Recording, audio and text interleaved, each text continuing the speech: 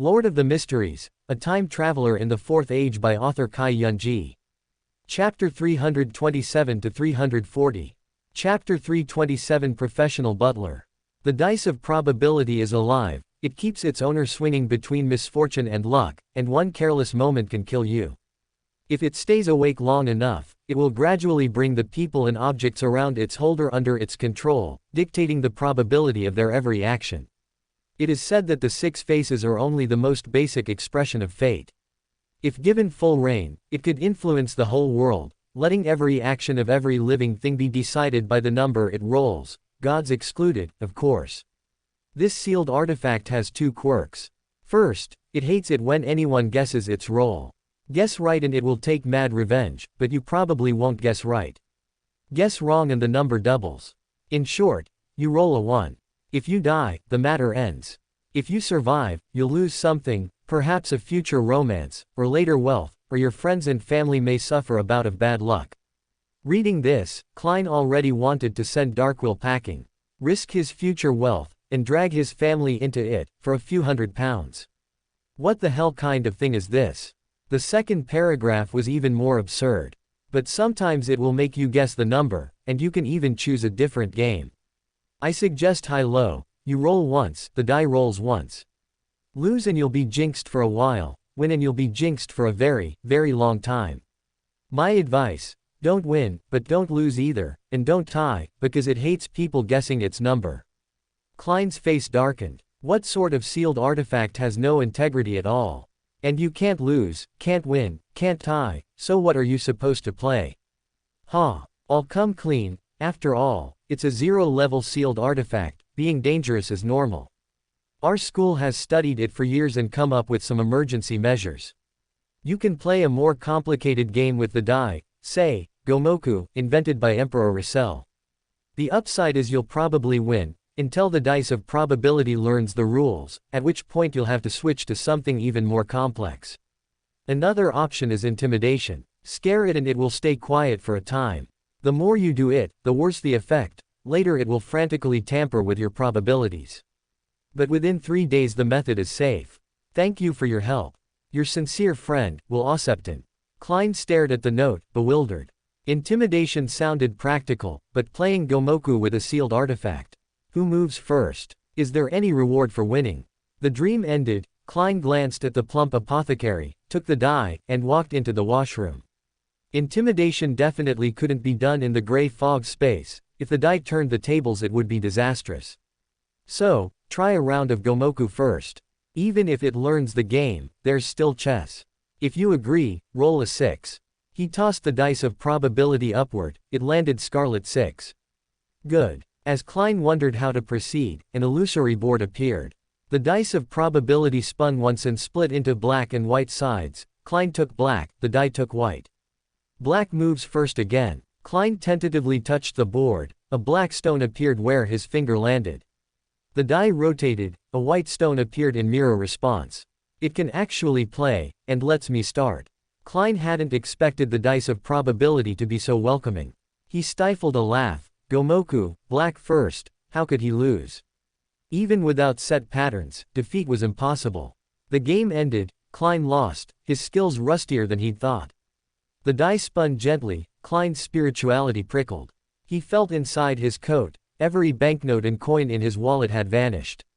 Klein's heart bled. It was only pocket money, but it was still money. Even after the apothecary paid up, he was still £200 in the red. Arg. No way. I'm winning it back. Losing cash had struck a raw nerve in Mr. Fool, especially losing to a sealed artifact that had no use for money. Might as well have thrown it into the sea. Earlier he'd felt it beneath him to use an unbeatable pattern against a mere living artifact, and worried the pattern might be copied. Now he only wanted his money back. But the illusory board vanished, the little 6-sided die showed a bright red 6 in Klein's sight. Keep playing. He rapped the washroom table. The dice of probability did not respond. As a fate domain sealed artifact, it could see the odds, playful though it was, it refused a game it was guaranteed to lose. Win once and run. Spit my money back, damn you. At that moment Klein felt capable of murder. Bang! The washroom door swung open. The plump apothecary, waiting hopefully outside for Gehrman's brilliant solution, met a pair of icy eyes. A chill ran down the apothecary's spine. Had the man not carried only a deposit, final payment required finding the life school of thought counselor, Klein would have robbed him and vanished on the spot. Now he had to find the fellow's teacher to recoup his loss. What are you staring at? This job just got more expensive. Klein spun on his heel, leaving the bewildered apothecary staring at the slammed bedroom door. That night, sleepless, Klein used the radio transceiver to contact Rhodes. Ask your questions. Klein spoke at once. Great Master, I sense something outside your room that I cannot see. What is it? The telegraph machine politely spat out a sheet of elegant white text. Poor sport, the dice of probability. Klein answered evenly. Oh, that. Master, you may ask. Words shifted on the illusory paper. Any advice? Klein asked broadly. It's petty, vindictive, and loves taking advantage.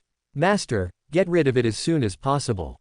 It is the uniqueness of the Wheel of Fortune, solidified into an item, the very emblem of fate. Gift it to any snake of fate and you'll receive handsome reward, only don't keep it as your servant.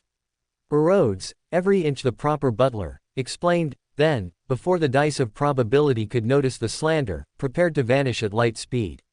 The essence of all existence is existence itself. Chapter 328, Do you want to be my father? Ah, my aura is about to dissipate. Your loyal and humble servant, Rhodes, must leave. Finally, I praise you once more, my great master, the ruler above the spirit world, bye-bye. Rhodes sent a waving emoji and tried to run. Wait, what about the thing that was lost to the dice of probability? Klein saw Rhodes about to leave, ignored its antics, and quickly asked the crucial question. Master can find a way to win it back, but please remember, it is a petty fellow who never plays a game it is guaranteed to lose.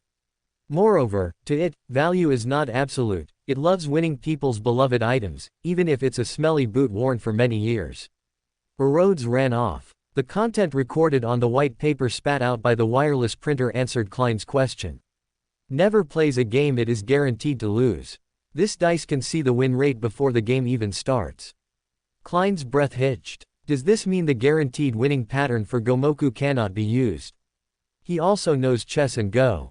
After repeated hesitation, Klein still lay back down on the bed. It wasn't that he dared not gamble, but an opponent who could see the win rate was too unfair. Moreover, the money he had on him was already lost. If he lost all the money in his suitcase in one go, he really wouldn't be able to resist killing his way back to Backland to prepare some life surprises for Will Osepton. How unwilling must he be to specifically write a letter asking about this? Shaur looked at Klein's incoming letter, thought for a moment, and then wrote a reply. When dealing with such active sealed artifacts, you can appeal to their preferences. For example, sacrificing a few smelly pirates to help ward off disaster, but pay attention to the method. Shaur listed several feasible suggestions, such as using pirates as chips to play games with the dice of probability after capturing them. For instance, pirate Fiery Danitz, who is probably worth over £3,000. Even if he lost, he wouldn't suffer any personal loss. At worst, he just wouldn't be able to collect the bounty for the pirate he held. The messenger miss left with the letter, incidentally going back to the sender to ask for travel expenses, as she would be busy later. Shaur smiled. He still trusted Klein's self-control, but soon, the smile vanished from his face. The uniqueness of destiny was likely obtained after the death of the god of destiny, Serves. The little snake was not the god of destiny but a lucky person who inherited his residual characteristics. Does this count as knowing in advance? He shook his head. Even things that happened in the past are not necessarily true. Shaur temporarily put the matter out of his mind. Given his personality, the king of angels under his command wouldn't ignore it. Now, it was time to focus on another matter. Jitas, I've found you. Shaur held the mystical clue provided by Renik Tinikel. His figure merged into the spirit world. Although he had currently lost the status of the Lord of the spirit world, as a spectator, as long as there was no authority to break illusions and expose falsehoods, if he felt he was, then he could be. In the spirit world, the swollen severed hand, which was always modest and cautious, was subjected to a 0 yuan purchased stolen. The state of this dismembered angel was far worse than that of Renik Tinikel, who had received Shaur's help. Sha'ur only needed to open the true dream to seal the area and watch Miss Coconut Tree repay her gratitude. As time passed, the struggling severed hand's movements weakened. Suppressed by various curses, it gradually fell silent. Sha'ur didn't mind the ugly appearance of the swollen severed hand. Everyone has peaks and troughs. Different species king was equally hideous. Jitas, at his peak, was a little southern girl, not the type with psychological hang-ups like Cheek. For natural mythical creatures, gender is ultimately redundant. Sign it. Sha'ur summoned a messenger contract, then pressed the swollen severed hand to make a handprint. Rini Tinakel, who witnessed all this, suddenly realized that Gehrman Sparrow, who had signed a contract with her, was quite good. Seeing that her business here was done, she quietly slipped away. It was agreed upon earlier that once the swollen severed hand was caught, her involvement would end. The swollen severed hand was forced to sign the contract. An eye grew on the palm, staring intently in the direction Rini had left, wishing it could devour the despicable fellow. When the single eye's gaze met Sha'ur's smiling face, it trembled imperceptibly. How can this be allowed? As soon as Sha'ur spoke, dreamy colors enveloped the swollen severed hand. The arm became crystal clear and pale white. His own arm dissipated like smoke, and he attached this life-giver arm to himself. The spectator's authority over the mind began to take over the new arm. He flexed his wrist, it felt just like his own. You seem to possess a blessing from the beauty goddess. When Sha'ur mentioned this secret, his new arm trembled even more violently, seemingly unable to believe that the nightmare dragon would know such a hidden matter. Sha'ur couldn't exactly say that he learned this from reading public accounts, could he? Currently, the moon is split. Mother Goddess of Depravity takes one share, Mother Tree of Desire takes one share, Evernight Goddess takes one share, Earth Mother takes one share, and I can also take one share. We can slowly search for the shattered body. Blessings are like characteristics, they don't disappear into thin air. Finding them is only a matter of time. I can even give you a little confidence. As Sha'ur spoke, he gave the sequence 2 mother pathway blessing he had obtained from the blessing of the earth to his new arm. After receiving this blessing, the swollen severed hand didn't just look restored, it was genuinely revitalized. The restoration of power also improved its condition. Even though it was only a blessing from an adjacent pathway, it was still a blessing granted by the mother nest, and Jitas was a child of the mother nest. Relying on the authority of the mother pathway, Jitas asked in confusion, "Is that you? Why were you able to change pathways? You recognize me, indeed." Sha'ur's lips curled up, and he chuckled softly. The beginning of all things returns to the prime unit, life returns and goes, and going leads to new life. Meander pathways are clearly distinct, but there are many who change pathways, and even more who refresh through death and purify characteristics. But why did you change pathways? Jitas certainly understood that meander pathways could be swapped, but he didn't understand why this entity, who could control the 2 pathways of desire during First Era, would now choose the meander pathways of the all 5 families. Suddenly, he thought of something, and the entire arm's mood turned sour. This aura was clearly grasped by the spectator, and Sha'ur could even read its mind. You want to be my father. The smile in Sha'ur's eyes deepened. It was common knowledge that Omi Bella and Jitas were the twin children of the primordial God Almighty and the Mother Nest. Although the role of this brother and sister pair might be a bit abstract, Sha'ur remained somewhat skeptical of the mystical symbolism mentioned in Suhuan. However, if he had the right authority, he might be able to play around with it, such as the error authority, which can substitute falsehood for truth and generalize from a specific case. Spatial manipulation is possible, but his focus wasn't there. I once heard, are there immortals in the world? Greater than. Chapter 329, Omi Bella. If I really started plotting from the First Era, wouldn't I become the ultimate mastermind behind Earth's history? Sha'ur erased the dangerous thought rising in his mind, being the scapegoat for everything in this world was better left alone. I'll release you soon, after I've thoroughly researched you. Sha'ur curled his fingers and tapped his new arm as he spoke. He only needed to ensure he was familiar enough with Jitas to make sure he could find the guy in time during the First Era. Though it was a pity that in such a brilliant second epic with so many meander pathways to choose from, he could only live on wearing the skin of the different species king, it would still allow him to experience that turbulent era.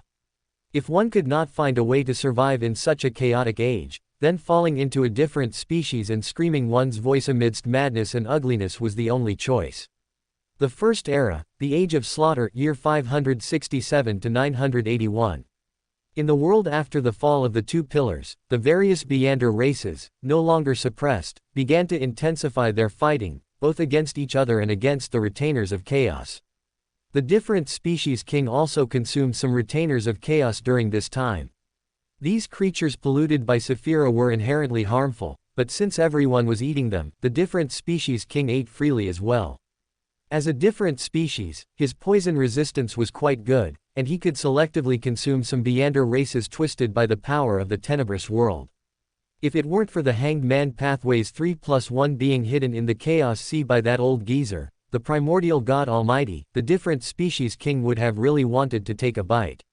He was, of course, insane. In this era, the only ones who could live without being mad were the twin children of the brood hive. As the eldest daughter, Omi Bella looked at the world filled with slaughter and madness, and the maternal instinct in her heart awakened, hoping to end such chaos.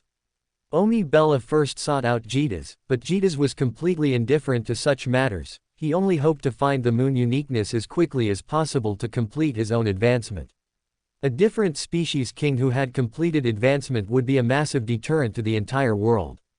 A son of God like Jitas felt only urgency in his heart. Other, wild children, had already become deities, yet he, a legitimate son of the brood hive, still hadn't found the uniqueness. The birth of the first ancient god was epoch-making. It meant that the will of a being other than the original creator had truly become a deity, especially for an outsider to the mysteries like Shah-Ur.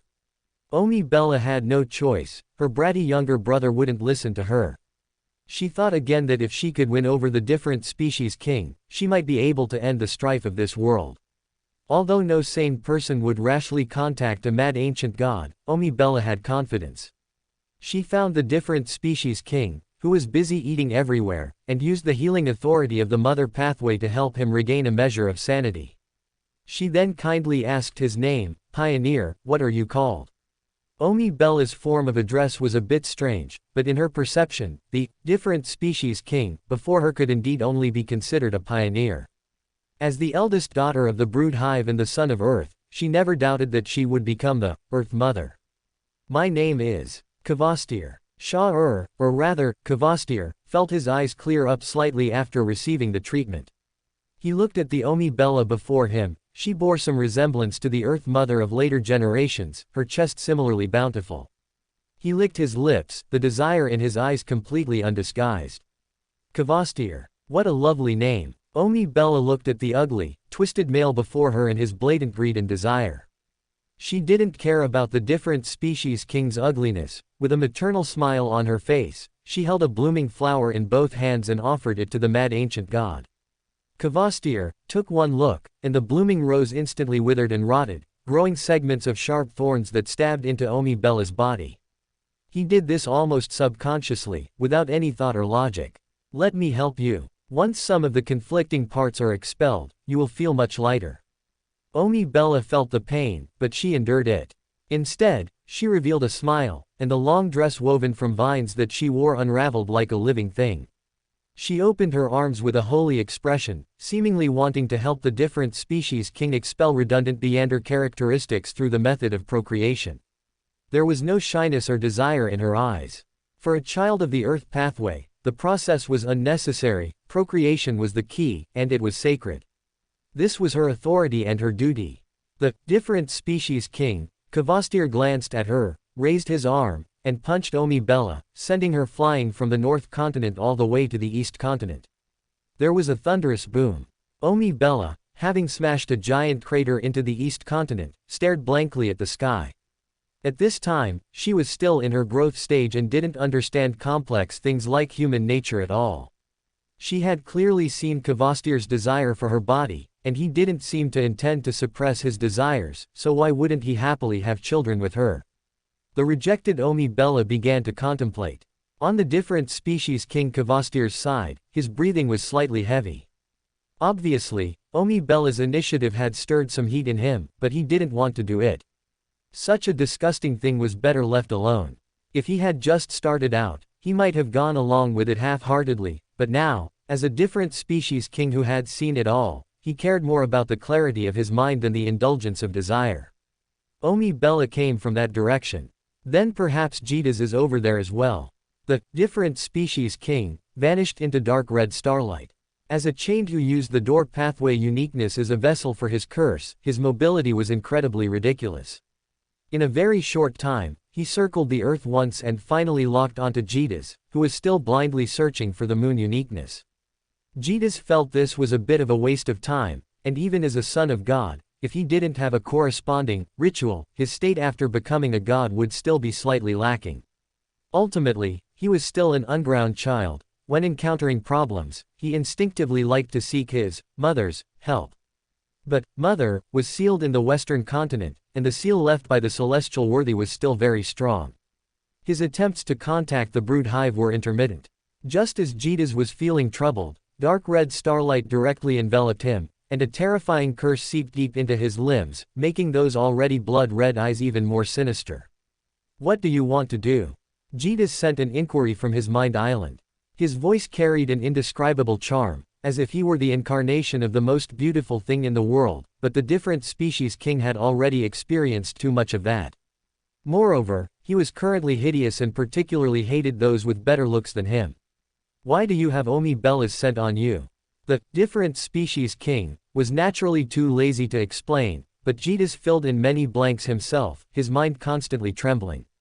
Greater than. Chapter 330, Brood Hive. Jitas's worldview was shattered. Wasn't it just a rejection of Omi Bella's proposal? As twins, the male marked by Omi Bella's aura had directly attacked him, and he was even an ancient god. "Sister, you are so cruel." Noisy. With a thought from the different species king, or rather Shah-Ur, Jitas's consciousness was as if locked in a cage, losing control over his body and even his soul, leaving him at the mercy of the different species king to vent various dormant desires. Dark red curse threads spread across Jitas's mind island, and the secrets held by this son of the brood hive were revealed in the heart of the different species king. Ancient rituals, secret news from the mid-First Era, that terrifying war enough to destroy the world. The parts Jitas knew played out rapidly like a movie. In this era without a second ancient god, populated only by various large and small monsters, the different species king could theoretically monopolize the resources of the 3 continents and 5 oceans, stifling the birth and growth of other ancient gods. Though the risk of doing so was that when Saphira Castle dropped the first lucky person, they might not go astray but instead land at their peak. After the ancient sun god was born, he would find he could directly split the world with the different species king without needing to lie low first. The history on Earth's side might be fixed. But the history of the western continent is not. After Shah-Ur temporarily occupied the magpie's nest, a flash of struggle crossed his eyes, but it was quickly replaced by madness. Only normal people needed to worry about consequences, he just wanted to have fun. No matter how big a problem he caused, the hermit would find a way to solve it. With a clear mind and no internal conflict, yet with an exceptionally suppressed heart, what was bound was not his self-awareness, but the consciousness of the celestial worthy that the door uniqueness must carry. Indulgence and restraint reached a brief balance within the different species king, his state slightly improving as he used Jitas's body to begin summoning the brood hive. As for the celestial worthy's barrier, a dark red, crimson-stained illusory door emerged. Using the son of the brood hive as an entry point, the door authority as a ladder, and the desire authority as a signal amplifier, Shah-Ur finally jumped out of the local area network and contacted the brood hive sealed in the western continent. The brood hive and the key of light were also the only 2 Sephiroth whose consciousnesses had not been shattered by God Almighty and the celestial worthy. Unlike the somewhat crazed key of light, after mystical reproduction with God Almighty, the brood hive, as a torn Saphira, had already birthed some self-awareness distinct from the mother goddess of depravity in the cosmos. At this time, receiving the signal that her child had been kidnapped, she was naturally somewhat anxious to call back the kidnapper. Even if it wasn't the most beloved eldest daughter, the youngest daughter was still her own flesh and blood. She still hoped the 2 children left outside would help recover the uniquenesses and meander characteristics of the moon and mother pathways. However, when the brood hive connected to the phone call of Jitas, the son of God, through the symbol of the mother of all things, what she heard was something carrying a hint of madness and paranoia. The brood hive was slightly dazed, but Shah in the North Continent didn't care if it was dazed. Seeing no reply and thinking the signal was bad, he used a blink to teleport from the North Continent to a small island in the Mist Sea near the Western Continent's sealing barrier. He originally wanted to use Jitas directly as a sacrifice, but considering that killing a child in front of its mother might be seen as a provocation, he used the authority of the door to replicate the ability of the Path of Error, stealing the beauty goddess characteristic from Jitas. He then turned this characteristic into a sacrifice, attempting to truly open a door. Jitas gave a soft moan but was still unable to resist. The brood hive, on the other side, naturally cooperated fully. With a beauty goddess characteristic as an attraction and her child safe for the time being, she was certainly willing to make herself more complete. However, the restrictive measures left by the celestial worthy remained. Even with the door uniqueness serving as a ladder, scaling the wall in the flesh was still extremely difficult. Shah didn't believe in such things. With a flash of starlight, he went to the abyss and carried out a bloodbath of the chaos devils there. Grabbing the head of a devil, he swallowed it whole. A filthy monarch characteristic entered his stomach, and the authority of the conqueror was also exerted, forcibly pulling himself, Jitas, and the brood hive into a three-person spirituality and authority exchange group. On the brood hive's side, it truly hadn't expected the child on the other side to be so outstanding. Its three symbols, the goddess of origin, the mother of all things, and the filthy brood hive, now all had a connection with the child outside the barrier. In the Western Continent, the mountain nearly 10,000 meters high where the brood hive was located shook, and the crimson moonlight finally condensed into a faint, illusory doorway. Shah did not hesitate to throw that beauty goddess characteristic into the door before him. The beauty goddess characteristic transformed into a beam of moonlight and merged into it. The gray-white fog that isolated the inside from the outside was also utilized by Shah who understood the tricks of Saphira Castle, using the authority of the door pathway to briefly open a back door. Whoosh! The brood hive recovered a beauty goddess characteristic.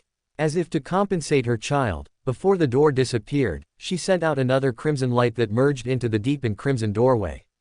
This was a boon corresponding to Sequence 1. The different species king looked down on it, so it naturally fell upon Jitas. After a dazed sleep, Jitas, whose characteristic had turned into a boon, received the information within the boon.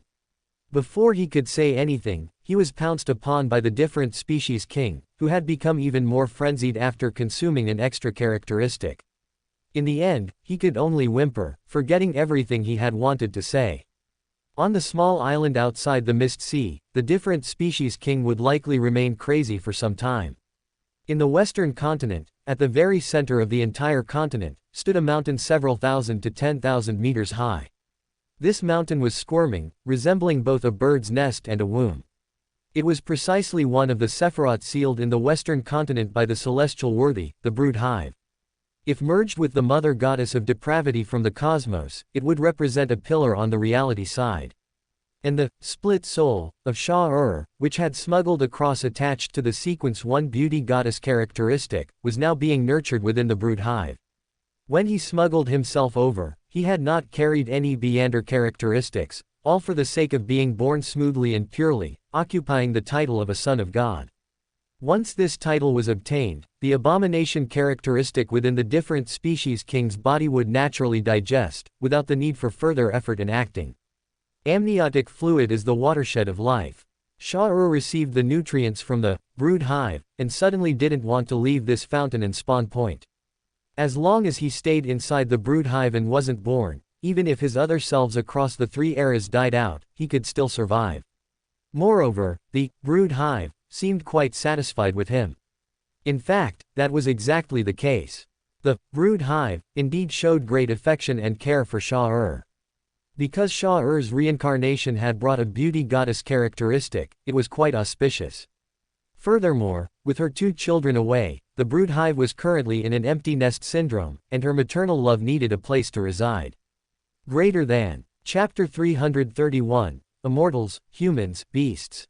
In this era, all of the Western Continent's Saphira belonged to me. Shah felt as though he were dreaming through the seasons, the still surface of his heart rippling with endless waves. The key of light, the nest, the nation of disorder, the river of eternal darkness, the tenebrous world, the city of calamity. Old Shah looked just like an ignorant native of Earth. A rat in a rice jar, exactly that feeling. The worst part was having to choose carefully, he couldn't have it all. Universal anti-monopoly laws, the original was simply too far ahead of his time. Shah comfortably basked in the nest's nourishment, in no hurry to be born. He still hadn't decided what to pick, so torn, yet this joy didn't last. Thunder rolled across the vault of heaven. Above a 10,000 jong peak, the sky was black with clouds. A bird-headed, human-bodied immortal clad in dawn light arrived on patrol. With a sweep of his horsetail whisk, everything that had ever happened within 10,000 li of the nest replayed like history reenacted. Even inside the nest, Shah felt a prying force. He knew it well, the power of Saphira Castle. Yet even that power couldn't scan in detail for an unborn Shah at the nest's core. Though utterly unaffected, Shah's aura chilled. Had this been the North Continent, half that sky bird's body would rot the instant it glanced at him. Nothing but high-grade hounds of fulfillment, who gave these birds the gall. As Shah absorbed the nest's power, planning first to gather enough for sequence 1 Naturewalker so he could go out, pluck and bleed the sky bird trespassing on his turf, and stew it into broth, the nest calmed the restless child. Information flowed through the link between nest and child into Shah's mind. On what seemed a 10,000 ren mountain range, iron pillars ran along the ridges, chains hanging between them, sealing the entire range's flow. Mountain folds like a bird's nest were pock-marked as if by 10,000 arrows, uterus-like ridges were pierced by iron pillars. Gray mist wandered like serpents through the mountain's holes, eroding the nest's life and spirituality. Celestial worthy, so ruthless. After sharing the nest's senses, Shah could see an iron pillar nearby carved with ancient runes radiating strong sealing power. It carried Saphira Castle's aura yet felt directly bound to the river of eternal darkness. In this place of life, gates of death were everywhere, life and death were not for mortals to decide. No wonder the nest directly fed its life and spirituality to his spirit.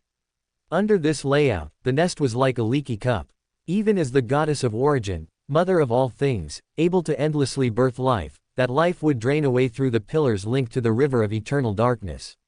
Since life can't be kept, why not use it to nurse the child? Giant iron pillars also stood within the river of eternal darkness. Through graft-like means, their projections were bound to the pillars piercing the nest. Using the nest's power to suppress the river, and the river's power to suppress the nest. What of the other sealed Saphira? Shah understood at once. No wonder the barrier left by the long-fallen celestial worthy remained so strong. How had he managed to seal the western continent's Saphira so his appointed servants could keep watch? Relying on Saphira Castle alone had always felt lacking. Worthy of celestial worthy indeed. He marveled. A simple move by the celestial worthy of heaven and earth for blessings showed the worth of the first lord of the mysteries. Even after death he could seal 6 Saphira, 2 of which still retained their consciousness, using each Saphira's power to mutually imprison the others. Shah now even suspected that the western continent's barrier might be crowd-funded. Saphira Castle's role was mainly coordination. Otherwise, its strength wouldn't rival the original's Earth barrier to such a degree. In the first era, the western continent's barrier might have trapped outer gods of the cosmos if they lacked special authorities. Having been awed by celestial worthy, Shah no longer cared about the so-called Punglai immortal overhead.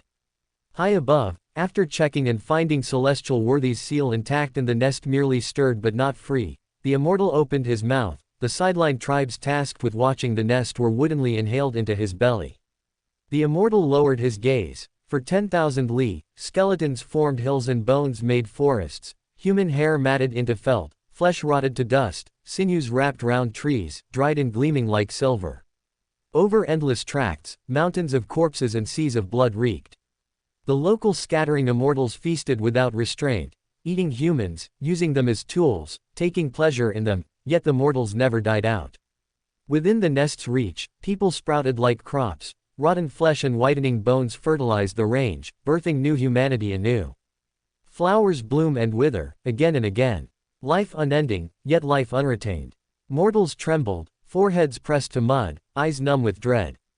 After generations of complete death, the newly bred humans no longer dropped dead simply from the unconscious aura of divine beings. The Penglai immortal spared no time for these mortals. His gaze fell on the mongrels born of lesser immortals and humans. White feathers drifted down upon them. A fresh batch of immortals was born. Those not chosen by the white plumes were despondent. One who glanced enviously at a luckier kinsman found his eyeballs plucked by a sharp beak, screaming as blood gushed from empty sockets. The newly ennobled mongrels sprouted white feathers, their once timid, crazed eyes congealed into apathy and lifelessness. Each to his duty, they became Penglai's eyes and ears after the immortal left, suppressing a whole province. Everything replayed. Under the nest's influence, even emotionless immortals were passively fertile. Endless forests brimmed with life, yet that life could not remain. Humans sprouted from the soil only to be eaten and killed, their blood soaking the earth, green at dawn, red by dusk, living and dying within a day, year unmarked. No need to toil, fruits and vegetables abound. Birds and beasts, each finds its share. Feed on them, sacrifice their flesh. Birth brings no joy, death no sorrow. Greater than. Chapter 332, see surname, Shaho clan. 10 years passed like a single day. Shah-Ur overlooked the surrounding 10,000 miles of land through the perspective of the mother lair.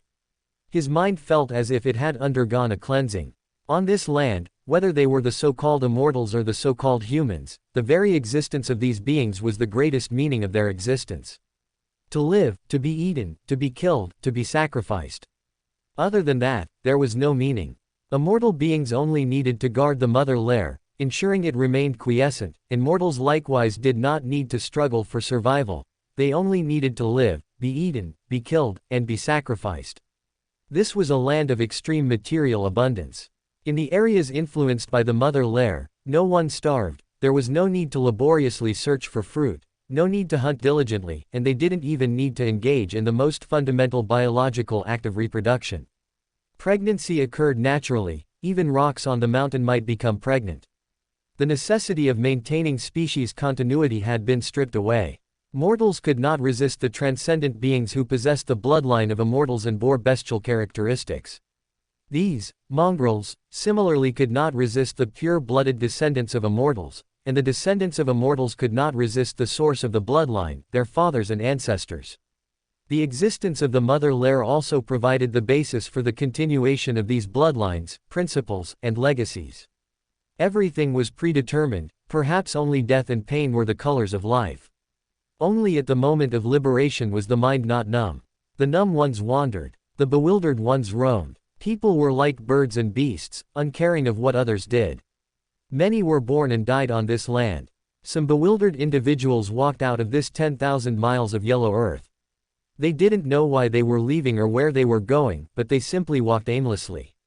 Many died on the road, but there were always a few lucky ones who would cross countless mountain ranges. Then they would see a river. A straight, wide, illusory, colorless, dark, long river.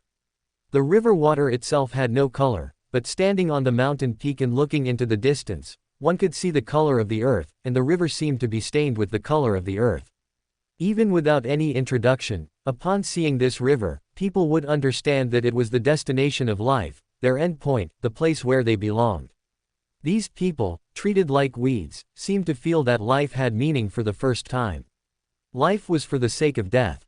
The first person to smile and step into that river appeared. He sank into it, never to be seen again. One person after another stepped into the river after him. This is our destination. This became the common consensus among people. From then on, they also knew that this was a road of no return. The river of returning souls. Stepping into it, nothing could float, everything sank into oblivion, and all things were equal. So-called life was to be born on the yellow earth, pass through the dense forests and steep mountains, and end by stepping into this yellow river. This gradually evolved into a belief. Cross this mountain range, and the end point is the river at the end of the mountains. Neither the immortal clan guarding the mother lair nor the immortal clan guarding the river of eternal darkness deliberately stopped them. This was meaningless, it held no meaning whatsoever. The only meaning was the meaning forcibly assigned to life by humans. The immortal clan could not understand, did not need to understand, and did not care. Immortals had the duties of immortals. These running creatures barely brought some amusement to the immortal clan. The immortal clan did not understand the meaning of the mortals' actions, but they observed, seemingly trying to verify something. These things, which served as food, grew naturally all over the mountains, yet they were pursuing the meaning of existence. As time flowed, the mortals gradually recognized this meaning. Life always needed a goal and an end point. They would ultimately cross this mountain and step into that river. No matter what they encountered along the way, they would eventually take the step. Even if they died on the road, they still sought something. This also led the children nurtured by the Mother Lair's power down the path of seeking death. Life moved toward death. The Mother Lair's power was channeled into the river of eternal darkness, and the powers of the two Sephiroth continued to clash. If I choose to be born into the world, will I have to face Penglai Immortal Island, which can borrow the power of all Sephiroth? Shah-Ur, who once claimed to be the orthodox successor of the Heavenly Venerate, never expected to have a day where he would be a tiger fallen into the plains upon arriving at the Western Continent. The Western Continent was the Heavenly Venerate's private reserve. The Heavenly Venerate's contingency plan on the Western Continent had not yet been destroyed.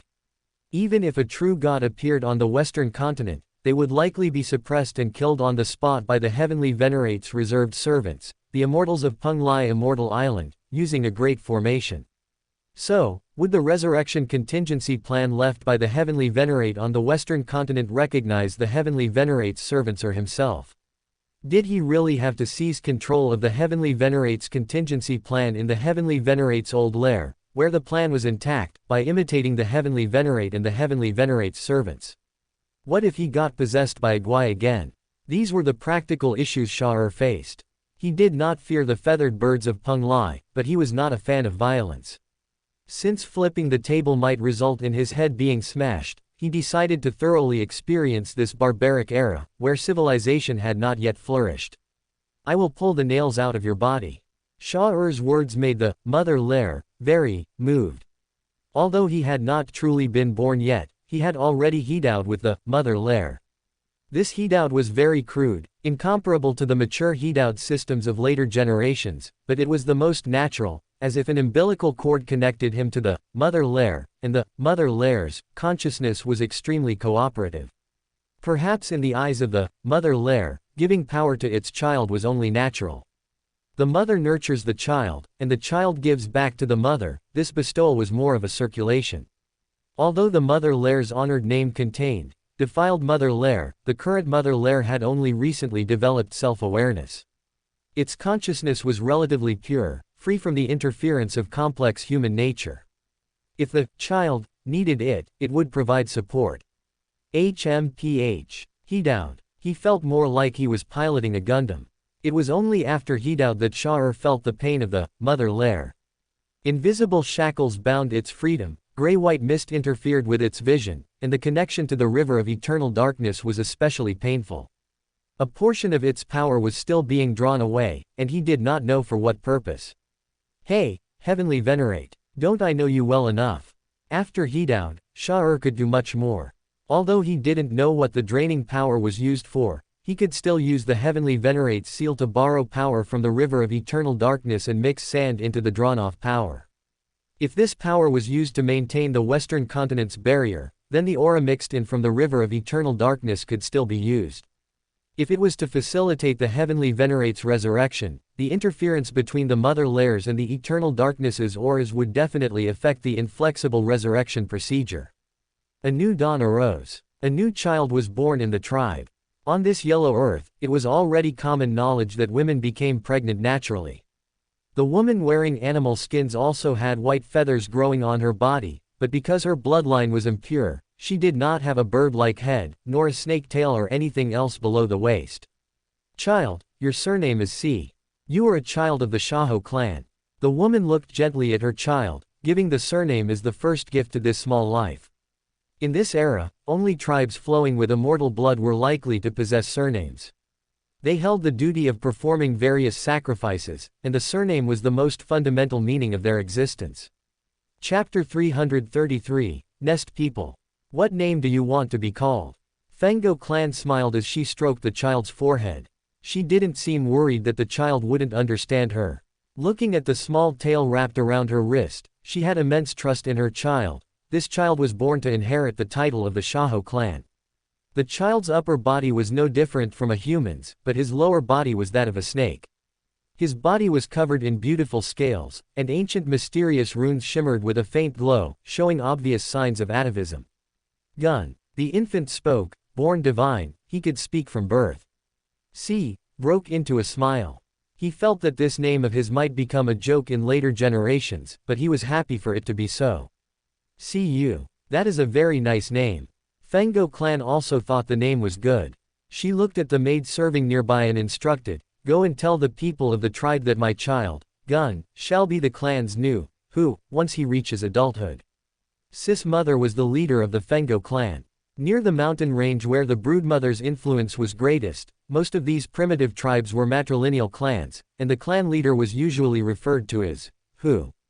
This was because women more easily inherited transcendent powers. After a woman became pregnant, the probability of survival was higher than the probability of a man surviving childbirth after becoming pregnant. But there were exceptions. In such a primitive era, ultimately, whoever resembled the ancestor more was more noble. As a newborn, besides having a clan and several tribes to inherit, his feeding phase was not the traditional method in Sis memory. What he received was a tripod cauldron of meat soup. Though the cooking method was very crude, it emitted a unique fragrance. C could clearly judge what these creatures looked like when they were alive through the large chunks of limbs. His mother looked at the motionless child, fished an arm out of the large cauldron, and with a gentle pull, separated the flesh from the white bone. She took a bite, then handed the rest to his mouth. Seeing Cu make no move, she asked in confusion, "My child, why aren't you eating?" "These are the remaining offerings from the sacrifice to the immortal ancestors." Cu looked at his mother and questioned, "Can this really be good to eat?" It wasn't that he hadn't eaten meat, but he truly had never eaten it cooked. "How could mother lie to you? The more you eat, the stronger you will become."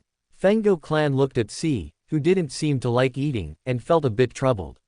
She tilted her head and thought for a moment, then grabbed a piece of meat, tore it into thin strips, and stuffed them into Cu's mouth. No matter what, the child had to eat. She then scooped a spoonful of meat soup and poured it down. Seeing that C showed no discomfort, she began to feed him with peace of mind. It seemed that feeding a cub could satisfy maternal instincts, or perhaps nursing children was a spiritual imprint on this land. Fango clan soon stuffed all the food in the large cauldron into Sis' stomach.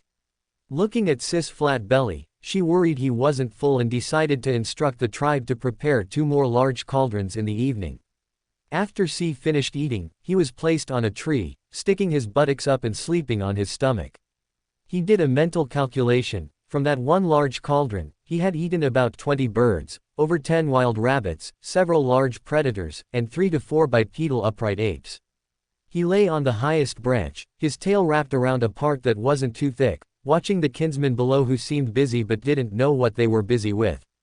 They seemed idle yet walked around everywhere. Occasionally a wild rabbit would pass by, but not a single person went to catch such a common little thing. The sound of birds chirping was crisp. Cu's body flipped, sliding down from the branch. After spinning once, he caught a parrot with 5 colored wings in his hand.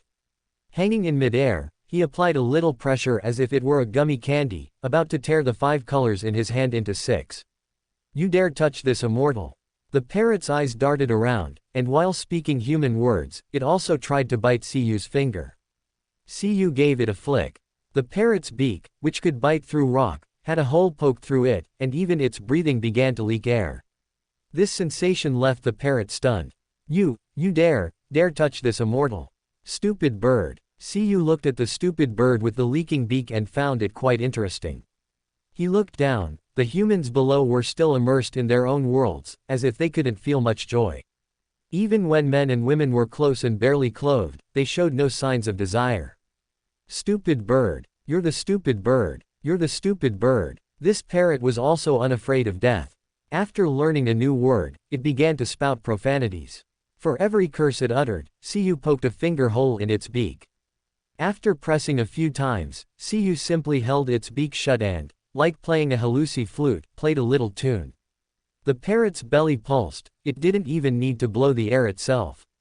Good music is the sound of soul resonance. The human machines below, encouraged by the music, began to slowly sway their heads.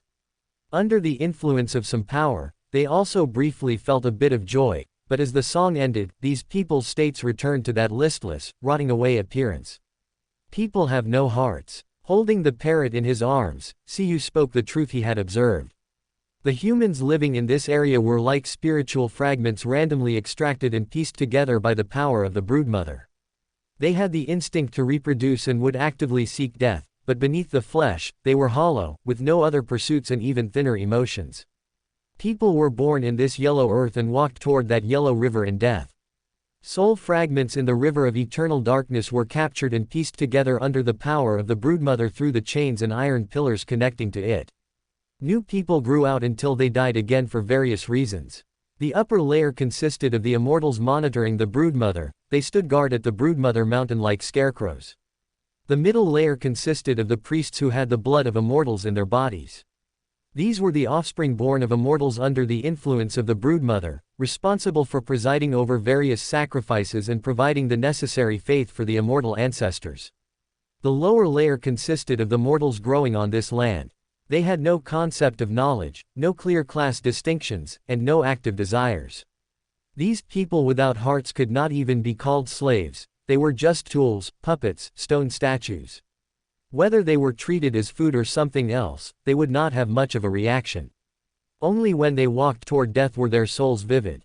On this land, those without the bloodline of immortals in their bodies could not learn knowledge, could not enjoy emotions, and did not understand what order was. Their fates were stagnant, they had only the instinct to seek death. They were also pure like a brand new race that had not been subjected to the pollution of other Sephiroth. Greater than. Chapter 334, Riot of Eternal Darkness. How tragic was the suppression of the other Sephiroth. If even the Broodmother Mountain, with its most abundant emotions and largest population of living people, could not provide much active desire, then it would take untold ages for the shattered consciousness of the tenebrous world to recover, and the same was true for the other Sephiroth. There are only two kinds of people in the Western continent, those with color and those without. Those with color have the bloodline of immortals flowing through them, and they offer sacrifices to their own ancestors. Those immortals across various regions are the eyes and ears of Penglai Immortal Island. All faith, when traced to its source, can only point to the celestial worthy of heaven and earth for blessings. Elsewhere, only the area surrounding the broodmother still possesses the breath of life, yet the life here consists only of existence, and all that can be felt is death. They are gray and colorless. The places where other Sephiroth are sealed may not even have living things at all, being instead blank and void. Without life, there is no establishment of order, no accumulation of knowledge, no temptation of desire, no outbreak of war, and no fluctuation of fate. Under the claws of the celestial worthy, only gray remains. Without these corresponding elements, those Sephiroth symbolizing order, knowledge, desire, calamity, and fate, those Sephiroth whose consciousness was shattered and whose meander pathways were stripped, or truly like fish on a cutting board, only able to be constantly bled. The old humans of the Western continent have all died out. Inside the broodmother, Sha'ur experienced the life of this era through the perspective of Siyu. He realized that if he did nothing, Penglai's control over the Western continent would likely continue indefinitely. The sealing system left by the celestial worthy was complete, and the barrier of the Western continent was highly energy-intensive, allowing it to continuously drain the power of several major Sephiroth to maintain the seal. The ancestors worshipped by the Fengo clan seemed to possess their own personalities, but in reality, they were marionettes of the Penglai immortals. Such loose immortals would not generate desire, and their activity would not aid the recovery of the Sephiroth. Those at the very bottom lacked even the capacity for thought. The only ones in the Western continent capable of actual thinking were the descendants of the immortals, the tribal clans. Yet the vision of these clans was also restricted. Their duty was to offer sacrifices to their bloodline ancestors. They worshipped immortals and the immortal race, but in truth, this faith would ultimately only be provided to that single immortal on the overseas Penglai Immortal Island. These relatively noble clan leaders were merely secondary products of the broodmother's power. They were of some marginal use and appeared in regular batches. Since they caused no trouble, they were not eliminated. If their numbers exceeded a certain limit, or if their existence significantly accelerated the recovery of other Sephiroth, they would be swiftly dealt with, just as their ancestors had been replaced time and again. A deathly silent, fragmented, deficient, and foolish Western continent was what the celestial worthy wished to see. Invisible strings bound every aspect. Upon the stage, only the puppeteer was alive. Shah did not know how many backup plans the celestial worthy had for his resurrection. But the most obvious one was easy to discern. If that Peng Lai immortal continued to manipulate everything in the Western continent from overseas, how much longer would it take for this immortal to attain the status of celestial worthy? Shah thought of a fragment of a poem. Do not say the stone man has only one eye, it stirs the yellow river to turn the world in revolt. The area near the broodmother had the flavor of the lowest plateau, and the river of eternal darkness felt somewhat like the yellow river, though this mother river was a bit ghostly. Leave it to me. Shah-Ur's intent was transmitted to the broodmother, and the broodmother released its consciousness, handing over control to Shah-Ur. Shah-Ur's figure gradually solidified, with a human head and a snake's body, his eyes blood red. As the mother goddess handed over power, a pair of pure white wings grew from his back, engraved with mysterious runes. Pale flames ignited in his eyes, like death descending to the mortal realm. Inside the broodmother, the massive iron pillars piercing the mountain range suddenly erupted with pale flames.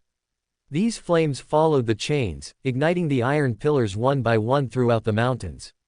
The spiritual bodies drifting along the pillars also met death once more amidst their wails. This was a simple investigation. Since they liked grafting and borrowing power, then let the river of eternal darkness truly become the mother river of the Shah clan in the future. The pale flames quickly vanished, and Shah-Ur's figure also dissipated. He did not need to worry about what would follow. The thousands of miles of the lowest plateau began to quake, and vast amounts of silt began to accumulate toward the downstream of the river of eternal darkness. These sands and stones also carried the power of the broodmother. The symbol of life blocked the symbol of death and began to purify the river of eternal darkness, remodeling its environment and building a traversable dirt road upon a river where external objects normally could not float. The broodmother was nearly cutting the river of eternal darkness in half, and it even began to use the filthy broodmother, as a symbol, to pollute the river of eternal darkness. Stimulated on both the physical and mystical levels, the river of eternal darkness erupted. This was the second Saphira riot in the Western continent since Shah-Ur stepped into the First Era. The first had been the broodmother's riot, a minor disturbance to welcome back a beauty goddess characteristic. The eruption of the river of eternal darkness first alerted the immortals guarding nearby. Those who rushed to investigate lost their ability to fly upon approaching. Drawn by their souls, they fell into the river of eternal darkness and met an early death. The remaining immortals did not dare to advance. They watched as the river of eternal darkness began to surge against its banks, fearing it would break the seal and spread to the other provinces where Sephiroth were sealed, and hurriedly requested instructions from the overseas Peng Lai Immortal Island. The true immortal of Peng Lai calculated that the riot of the river of eternal darkness was related to the broodmother. Beyond that, it was difficult to divine further, but it was not the first time the self-aware broodmother had actively resisted. Peng Lai certainly could not personally come into contact with a Saphira. The higher the divinity, the more severe the influence. Peng Lai's role was more centered in the celestial worthy's ritual grounds, utilizing the backup plans left by the celestial worthy to maintain the seals on the various Sephiroth. Peng Lai did exactly that. The massive iron pillars spanning the river of eternal darkness and the broodmother flowed with gray mist. Through distortion and transformation, they dissolved the conflict between the river of eternal darkness and the broodmother, turning their clashing powers into forces that consumed and sealed one another. The broodmother, naturally, was also resisting Peng Lai's influence. This process continued for over 10 years. Si grew up and became the common leader of the Fengo clan and other Si-named clans. The tug of war between the broodmother and Peng Lai persisted. The loose immortals stationed nearby began to converge and assist Peng Lai in suppressing the two Sephiroth, while the task of close-range contact with the Saphira for water management was distributed among the various clan leaders. Greater than 2. Chapter 335, The Si Clan and the Gonggong Clan. Flood control. In the eyes of all the clans, this was a sacred task. If they performed well, these descendants of the immortals would have a chance to glimpse the path to immortality. When the broodmother rioted, a group of fallen immortals was replenished by selecting the best from among the other immortal descendants. Now that the river of eternal darkness was rioting again and another group of immortals had fallen, as long as they could assist the immortals in flood control, they would have a chance to become immortals and achieve longevity. The underlying logic of the Western continent is interconnected with that of the North and South continents. These so-called immortals are saints who possess divinity and have stepped into the realm of demigods. That first generation of saints could be called innate divinities. The current enlightened immortals naturally cannot compare to that first generation. Their status is generally fixed between sequence 4 and sequence 3. They haven't reached the angelic level themselves and are controlled by Peng Lai. They can share a bit of the Grey Mist's protection, which is why they can guard various places and be responsible for watching over the Sephira. These ancient clans that carry the bloodlines of immortals are similar to the descendants of Beyonders on the North and South continents, with more or less supernatural power inherited in their bodies. The specific sequence depends on the concentration of the bloodline in the body and the blessings of their respective ancestors. However, most are between sequence 7 and sequence 6. The very few who can reach sequence 5 are already very old and have long since given up their positions as leaders. They are also known as Wu, acting as the bridge for the tribe's sacrifices to their ancestors, responsible for presiding over various large-scale sacrifices and rituals. Among the tribal leaders, Siyu was the youngest but held the highest status. He was the only ruler among the various C-named tribes to hold the dual roles of leader and Wu, and he was the leader of the C-named tribes in this flood control effort. Due to deficiencies in age, experience, and prestige, many tribes were dissatisfied with him. Even though he was the youngest Wu of the C-named tribes, there were still many tribal leaders who looked down on him, because that immortal of the Fengo clan had fallen during the Broodmother's riot. The Fengo clan no longer had an immortal. Sis Rise was seen more as a final choice made by that immortal before falling. The other tribal leaders naturally viewed Siyu with complex attitudes. If it weren't for this flood control effort, where besides the C clan, there were several competitors like the Gonggong clan who were more familiar with the River of Eternal Darkness basin, Sis rise to power would have been even more troublesome. Even if C was a Wu, there was no qualitative change between sequence 5 and sequence 6. If he wanted to suppress the other 11 C-named tribes alone, he might even have had to dig up the Fengo clan's ancestral graves to find a piece of immortal remains. Siyu led the C tribal alliance to the place where the powers of the Broodmother and the River of Eternal Darkness intersected. In such overlapping areas, the powers of the two Sephiroth neutralized and conflicted with each other. Some spots were safer, while others were extremely dangerous. By finding a safe zone, these humans born of the Broodmother could operate in such places. Such good places were few. The Gonggong clan and other tribal alliances also had their eyes on this spot, and they had arrived first. Before these early arriving tribes could establish a firm foothold, they saw a dense crowd appearing in the distance, casting a huge shadow on the ground. They looked up to see a giant beast in the sky with a lion's body, a bird's head, a scorpion's tail, and colorful wings. C held a massive spine, looking down at these tribal alliances from above. "Get down! Get down! Get down!" The silly bird Cu sat upon roared at the people below like a lion. It shook its massive tail hook and dove toward the ground. The powerful pressure sent the smaller tribes screaming and fleeing. Even the leading Gonggong clan experienced a small moment of chaos until the leader of the Gonggong clan let out a roar, and the Gonggong clan, which had shown signs of breaking, finally settled down. The middle-aged leader of the Gonggong clan was enraged by Sis' provocation in the unintelligible bird language of that giant beast. He grabbed a spear wrapped in silver lightning and hurled it at the diving beast in the sky. The silver electrical glow let out a sharp, violent boom in the air. "Get down!" Seeing the attack coming for it, the silly bird dove, lowering its body to reveal Cu sitting on its back. Cu swung the massive bone club, knocking away the instantaneous lightning spear. The silly bird's ferocity was also triggered. Without slowing down, it swung its sharp claws toward the leader of the Gonggong clan. The muscles on Sis' body bulged as he swung the massive bone club again. Bang! The leader of the Gonggong clan, an experienced Wu, was sent flying into the air. This Wu had the ability to control the wind and did not panic in the air. Instead, he chanted something and summoned a bolt of lightning.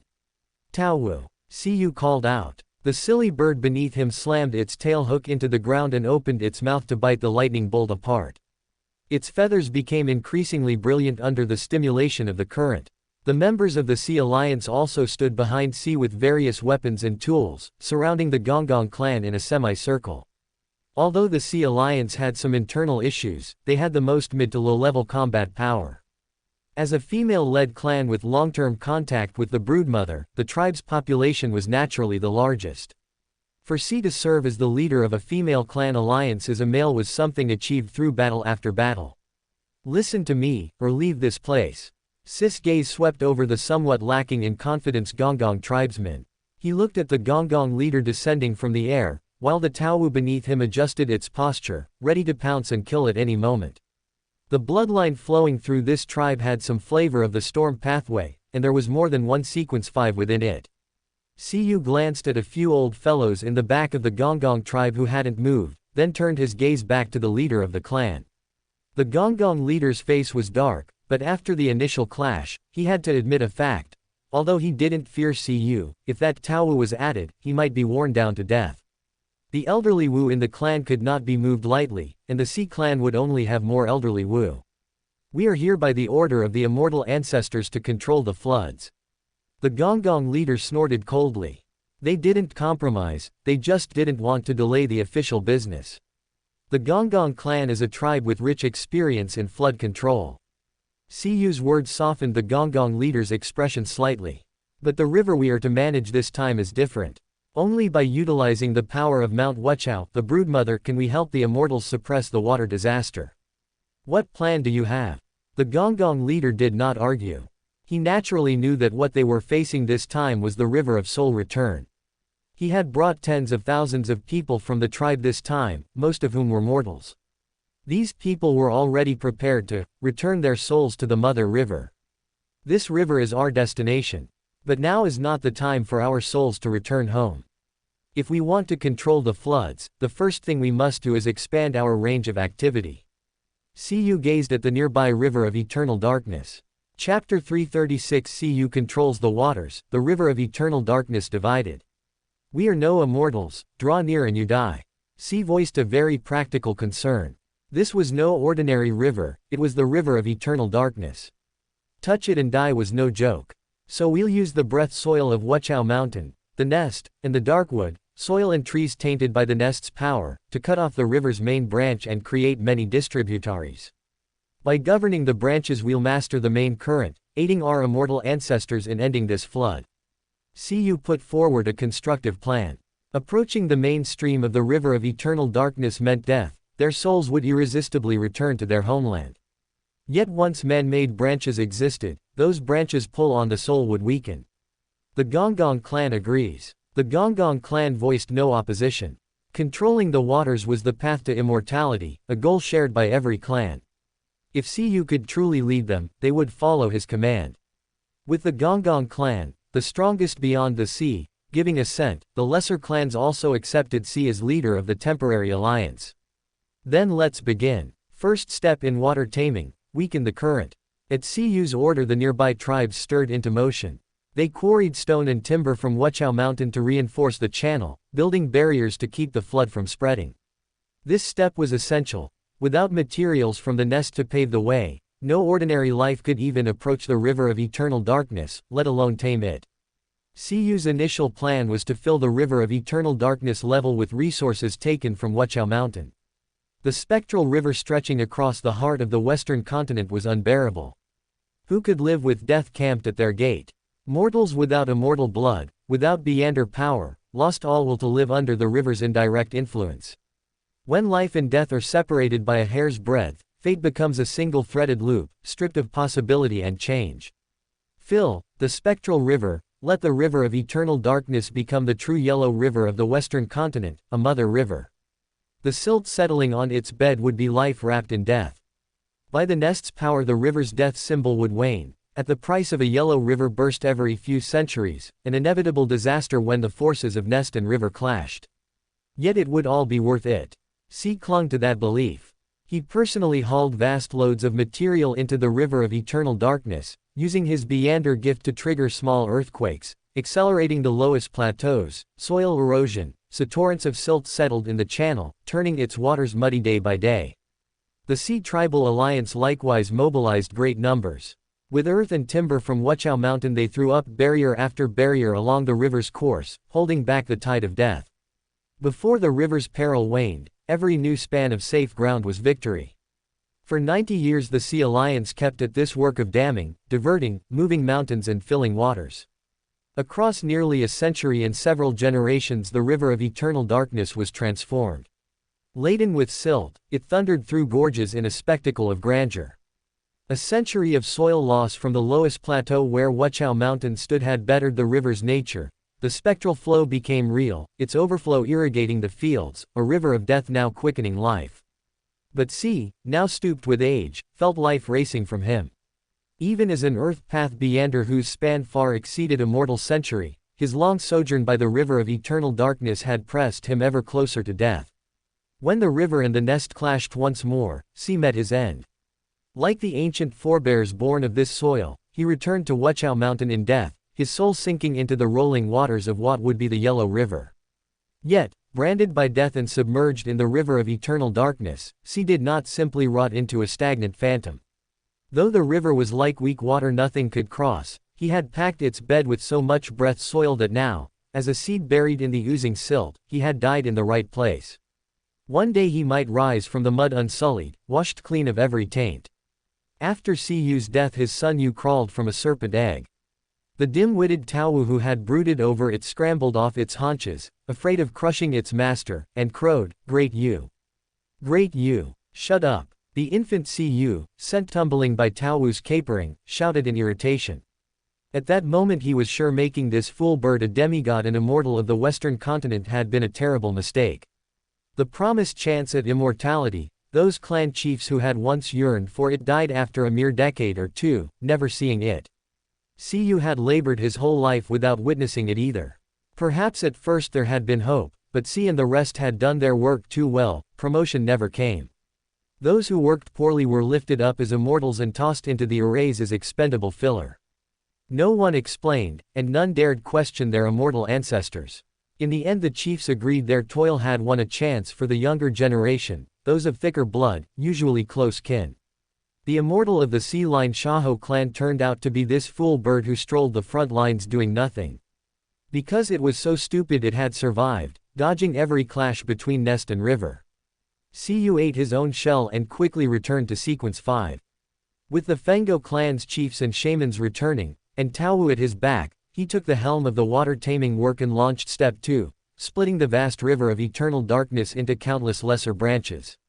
Mounted on Taowu, he proclaimed his strategy to the other chiefs and shamans: where the land is high or low, open channels, drain blockages, gather waters to enrich all things. The foundations laid in Sis Day now served Sea Yu.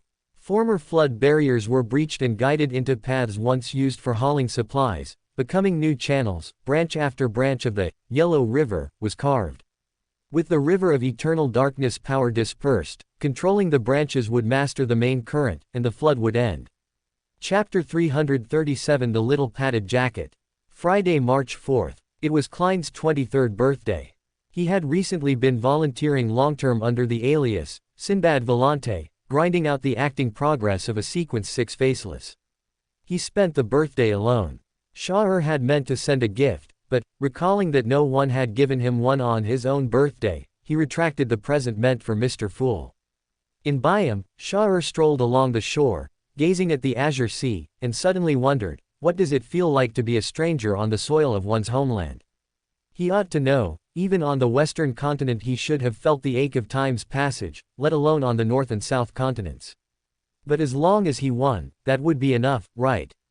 On the western continent, after Yu the Great quelled the floods, he would found the Shah dynasty, roam the Washaw lands, and first divide the realm into 9 provinces. He would sketch an early framework for the continent's future.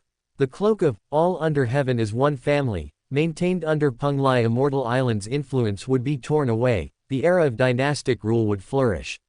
Once the many Sephira were unshackled, the later age would inevitably march toward unification. Only if the realm stands united can the rampaging river of eternal darkness, the city of calamity, the key of light, and the tenebrous world be contained. None of these Sephira embody stability or benevolence, even the nest and the knowledge more carry their own perils. He would use the nest's power to push the dynastic order forward. The western continent would naturally be his family. On the north and south continents, Shah likewise disliked the feeling of drifting rootless, which is why he safeguarded the elves' status within his reach. When elves of eastern visage no longer need to hide and can occupy center stage, become mainstream or even top tier, Shah will no longer have to wander the continents like a ghost. One finds no belonging on foreign soil, but strolling through one's own back garden lifts the spirits. Lonely. Shah flicked a small red flag. It spun like a float through the air and settled, unwavering, on the brim of the stylish soft hat that had appeared atop Bernadette's head. Not in the least. It's Bebe. Ice cream. He opened his palm. A strawberry cone built itself from the bottom up, as though printed in 3 dimensions. If it were anyone else giving it to her, Bernadette pressed her lips. Through her secret peering eyes, the golden-haired, blue-eyed youth before her appeared in truth as a black-haired elf. His looks did not disappoint, only the planes of his face had softened compared with what she remembered. She accepted the cone and took a small bite. Natural strawberry flavor spread, faintly tart, touched by something indescribable. You've grown up. Shah regarded her with satisfaction. Old Huang had certainly known how to raise a daughter. Bernadette's frame trembled. She walked a few steps, presenting Shah with a tall, slim back, her voice scolding. Didn't you say you hate this kind of real but tacky sentimentality? A marauder does, but as a spectator I can stand aside and watch, nothing unnatural about that. His tone remained gentle, laced with easy laughter. Spectator. Stung. Bernadette spun around, glaring. You vanished for over 2 centuries. What sort of teacher does that? The young lady's anger had already been simmering. Had Shah waxed sentimental she might have endured it, but as it was, not even the celestial worthy could tolerate this. Spectator. The half-eaten ice cream in her hand accidentally crumbled, dissolving into a stream of data she absorbed. Huh. Me. And you call my parenting skills questionable? You're exactly the same. Shah grinned at Huang Bebe. You know how you raised Huang Jiajia, enough already. Besides, things are fine with the Pale Queen in the South Continent, aren't they? I let them roam free, I didn't abandon them. Bernadette started to retort, then felt she had fallen into his trap. She gave up the argument and strode off along the shore, leaving Shah behind. The relativity of age. Shah followed at a leisurely pace. Even the Evernight goddess might break down if someone summoned her parents, wouldn't she? Though Bernadette was older, to him Miss Justice and that salted fish felt like peers, while he himself remained a contemporary of Rissel, the Evernight goddess, and Mr. Dor. An amusing mindset. A faint briny tang rode the sea breeze, but it did not dampen his mood. Bernadette slowed her steps, no longer marching head down, and began to enjoy Byam's coastal scenery, scenes she had seen countless times before. Neither spoke, each lost in thought, until sunset stained the horizon. Bernadette finally halted and glanced back at Shah who had kept watch behind her. Thank you. Thank me. If I really took care of old Huang's wife and daughter, the emperor would claw his way out of his grave to strangle me, Shah mused, thinking of Rissel's empress, Matilda. During his marauder days he had never stolen anything from that lady, his humanity had stayed mostly intact. No need. Shah took her hand and led her toward his villa. He knew Bernadette's purpose without her saying a word. After obtaining his Chinese text she had read Rissel's diary back to front, digesting the emperor's life and likely end, and decided it was time to confront Shah.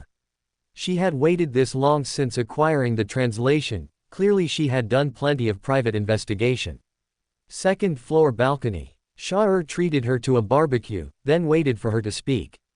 I want to visit that primordial island. Will you come with me? With the barrier between them gone, Bernadette looked at him expectantly, she felt sure he would agree.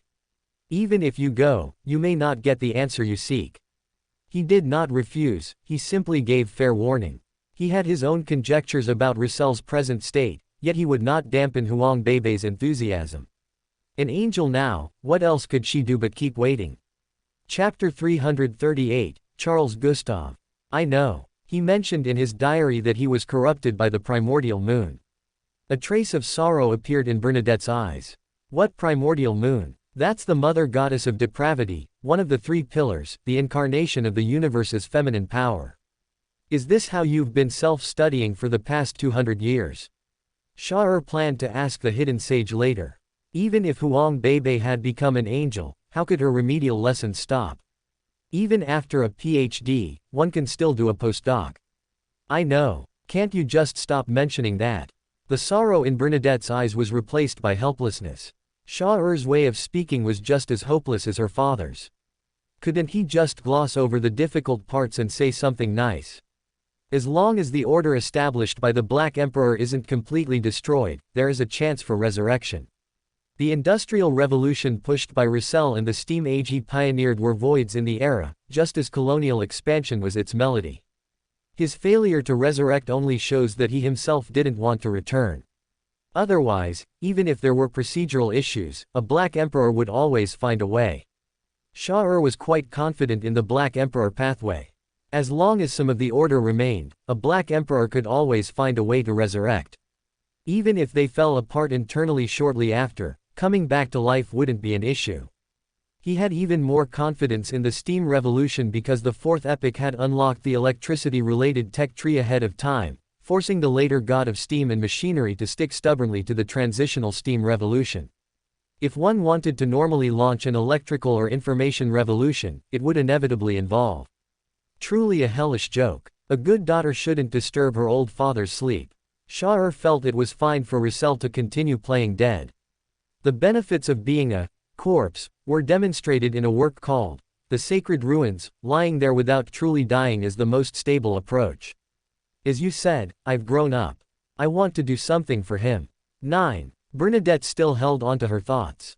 Thinking of the contradictory and struggling handwriting in the later parts of the diary, she couldn't help but feel a pang of sorrow. She couldn't imagine what kind of struggle her father was currently in. With her current knowledge, she naturally understood the pain of being unable to live yet unable to die. If you insist. Sha'er paused and looked at Bernadette, asking, should I intervene less and give you a sense of participation in solving the problem? He suddenly realized a problem. Used to taking care of everything himself, if he brought old Huang back to life, what would Huang Bebe do? It was the same for Klein. Unless he called him Godfather, he still had to endure what he had to endure. I just want him back. Bernadette also felt she should be the main force in saving her father, so she added, if you need me to, I can do anything. She wasn't afraid of danger. If sacrifices were needed for the Gustav family's affairs, it should be her, the eldest daughter of the Gustav family, who makes them. I believe you. How about this? I need to make some preparations over the next while. You can also visit your relatives and, while you're at it, get to know the dear Mr. Fool. Sha'er glanced toward a certain direction in the Rorstad archipelago. I didn't become your elder brother back then. I suddenly regret it a bit. That would have been quite fun. Although being Roussel's son would be a bit mischievous, it would have unlocked many possibilities. Why didn't he just swallow his pride back then? I am very glad you chose kindness. Bernadette rolled her eyes, knowing Sha'er was referring to her younger brother, her father's eldest son, Charles Gustav. She was truly glad this teacher hadn't used the marauder's methods to become her brother, otherwise, her childhood would likely have been a constant stream of being teased. Her body turned into a stream of information and vanished, reappearing outside a room in the Red Theater, where she knocked on the door. Who is it? A dissatisfied voice came from inside the room, annoyed at the interruption. Come out as soon as you're finished. Bernadette's voice was calm. Not barging straight in was the final bit of dignity she afforded her younger brother. Eldest sister. Charles Gustav inside the room was stunned, his body instinctively shrinking back.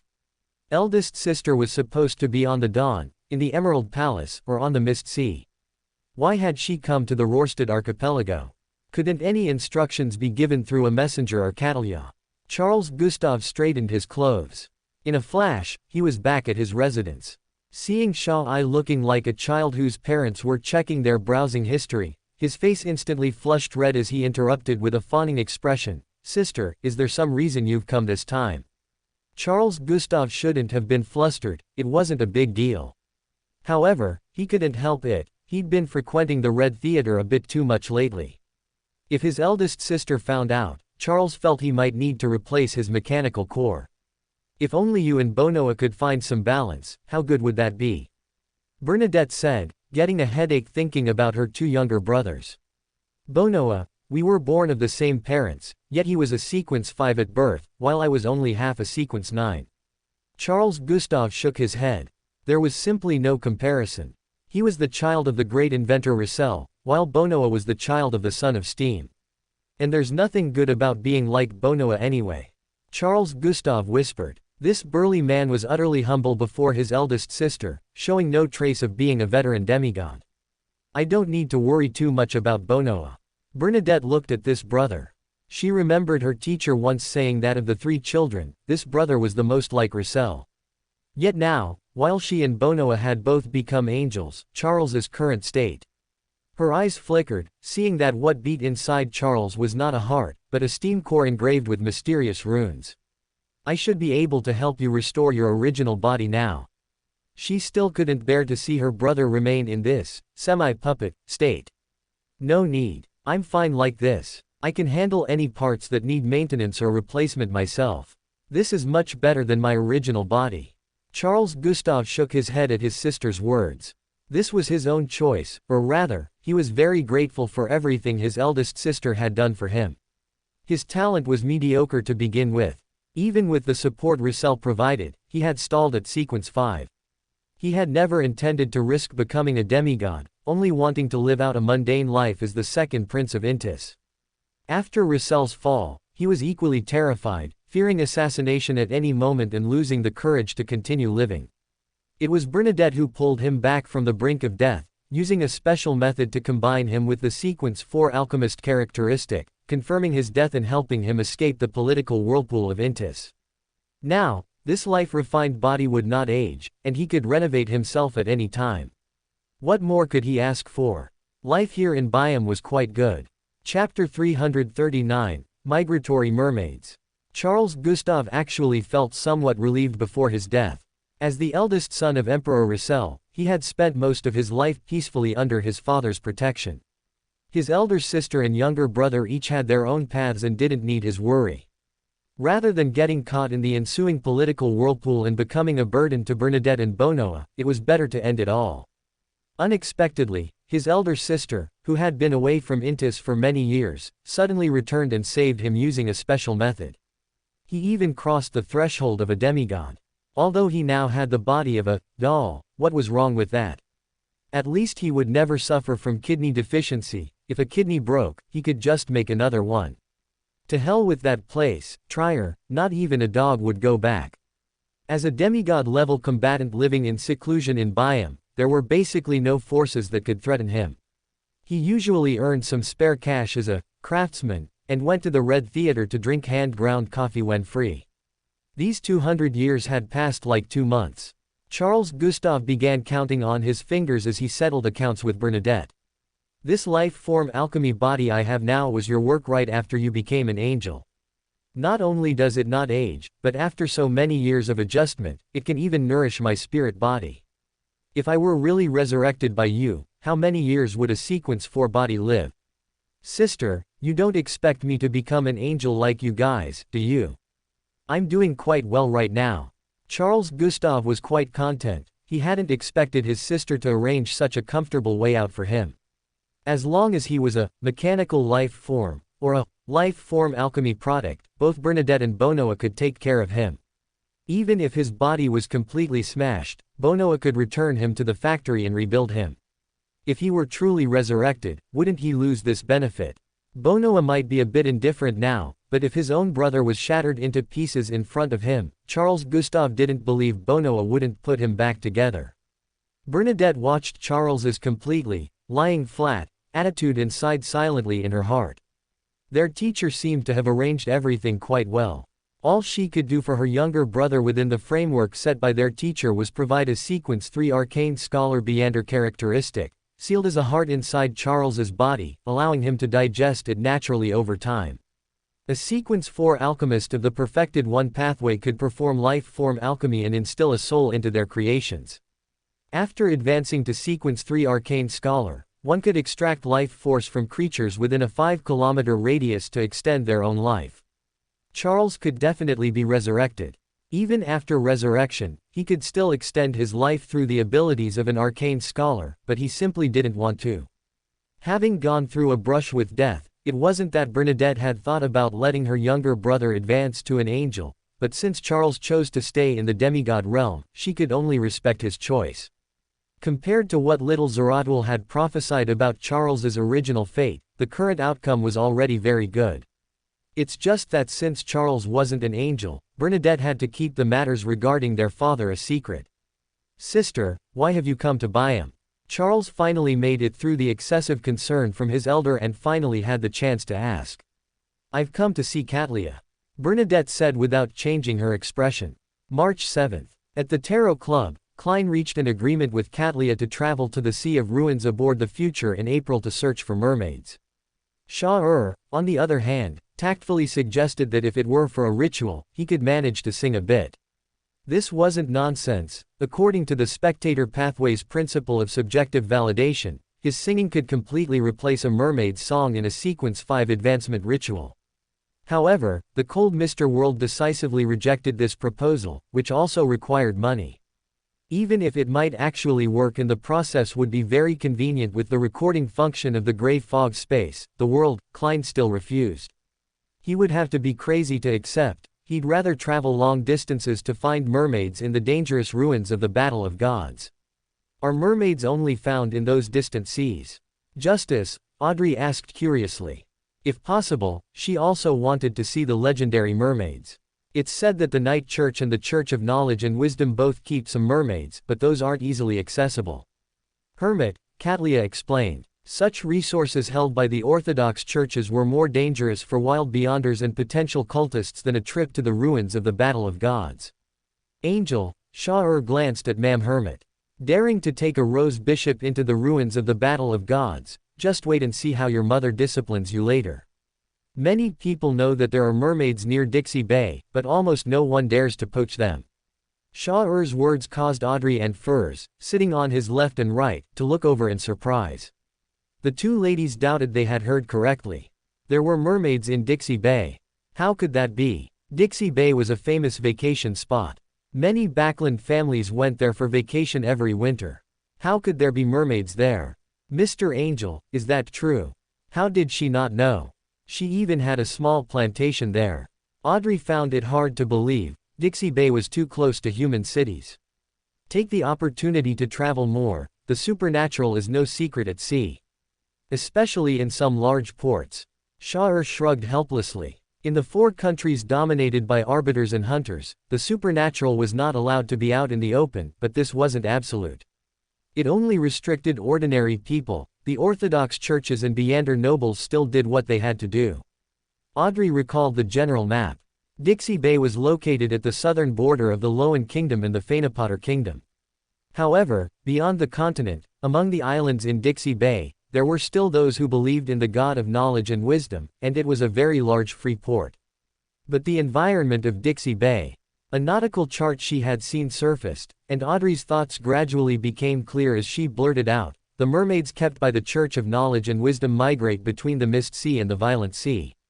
And they rest near some islands or reefs along the way." Correct. Hermit, Katlia nodded and explained, "This activity path was formed a long time ago.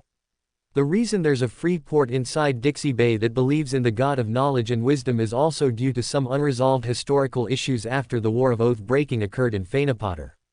Don't think the current official organization's vigilance and control over wild beyonders is too harsh. In the early stages of the 5th epoch, it was truly cruel. Even spreading potion formulas and mystical knowledge was a crime.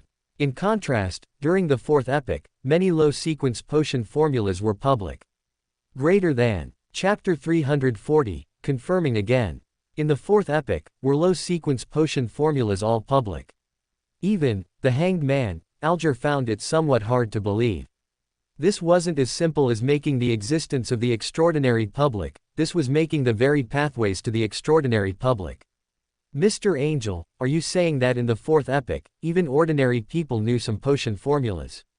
Audrey felt a sense of longing for the 4th epoch for a moment. Even farmers working in the fields knew potion formulas. What kind of era must that have been? Open black lens bracket. Remember this site's domain wecan.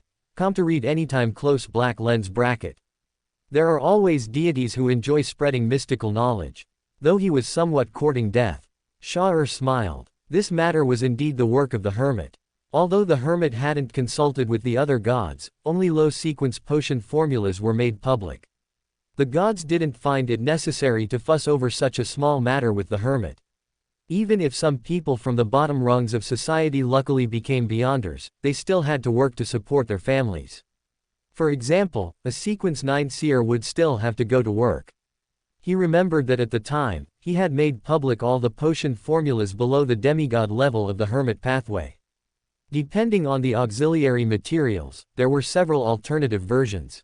As it turned out, ordinary people in the North Continent today hadn't even preserved the potion formula for the sequence 9 mystery prior. Just announcing the formulas wouldn't shake the foundations of the major churches. The world, Klein said in a low voice. Within the Nighthawks, some low-sequence formulas were similarly public. The Orthodox churches have strict control over basic Beander materials. Alger gave a small smile. Despite saying that, he also felt that perhaps there were more opportunities in the fourth epoch, since one's horizons were broadened from the very beginning. There were quite a few strange potion formulas in the fourth epoch, some similar to those magical prescriptions mastered by a sequence 9 apothecary. Besides being used to treat illnesses, the potions also had various effects, such as invisibility, fireproofing, luck, and the like. Shah-Ur's desire to share was piqued. A certain deity had once talked through the night with the best apothecary of that time. During that period, relying on a super brain to casually develop and publish various magic potions, general charms, and mystical rituals, it had driven up the market prices of spirituality materials at the time. The Moses ascetic order also preserves some mystical literature from the fourth epoch. Many spells have been developed with reference to these materials. The hermit, Katlia, agreed. A sequence 7 warlock could cast dozens of spells, and the comprehensiveness of their spellcasting abilities was inseparable from the accumulation over generations. With mysticism so developed in the fourth epoch, why didn't any mystical languages develop?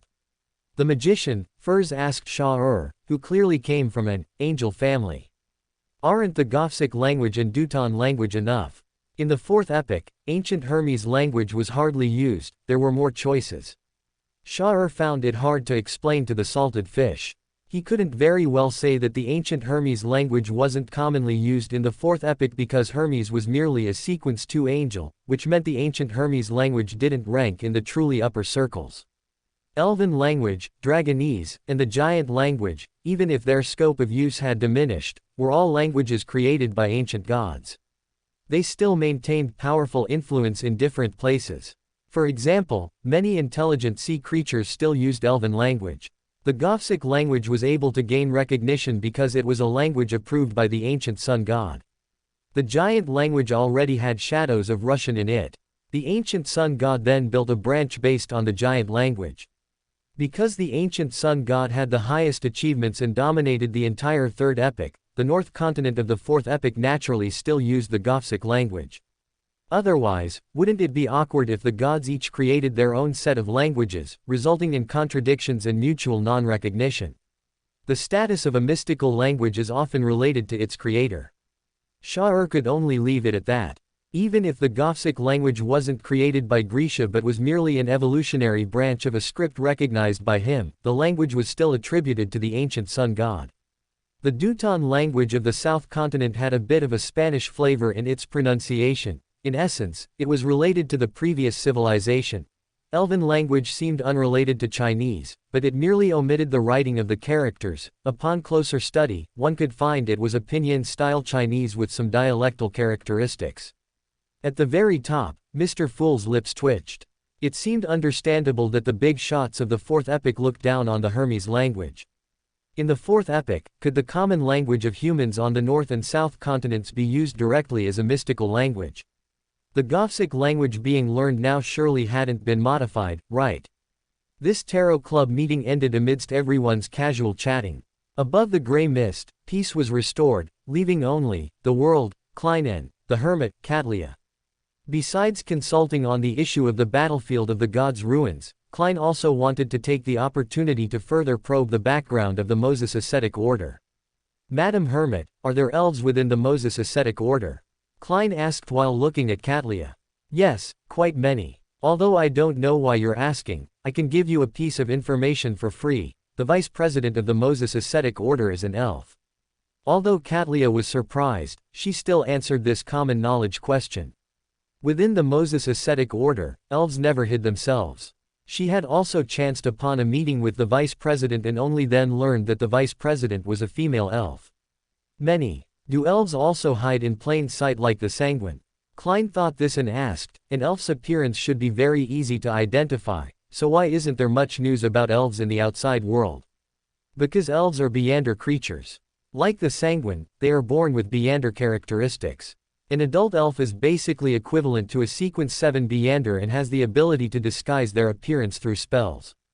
Even elves of the storm pathway still have similar spell-like abilities. Katlia understood Klein's confusion and explained patiently. Another reason was that in places where elves were generally active, they had deep local influence.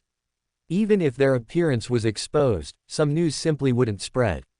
The Moses Ascetic Order's stronghold in Byam was managed by elves, and it hadn't run into any problems. Does the Hidden Sage also target elves? Truly a Beander race that had given birth to more than one deity. If according to certain legends, the Elf King created the elven race, Klein felt that his seniority within the elven race might be ridiculously high. Yes, but elves have the protection of an angel, so cases of losing control from being unable to withstand mystical knowledge are rare. Their internal education is very good, and the mystical knowledge they can access is very broad, allowing them to more calmly withstand the Hidden Sage's infusions. A Sequence 2 sage could take excess knowledge out of their mind, Katlia knew this. But why was the world suddenly so interested in elves? Katlia looked at the world in confusion. The world. Klein was silent for a moment before manifesting the elven statue he had seen in the underground palace. He now strongly suspected that the Hidden Sage was the maddened elf god. And as for the angel's influence, there was no need to doubt it. If he were to ask for help in dealing with the parasite on Leonard, he wondered what price he would have to pay. For more thrilling fanfiction stories like this, check out my channel Fanfic Audiobook. Dive into epic adventures, mysterious realms, and legendary journeys brought to life through immersive storytelling. Don't forget to like, share, and subscribe for more amazing audiobooks.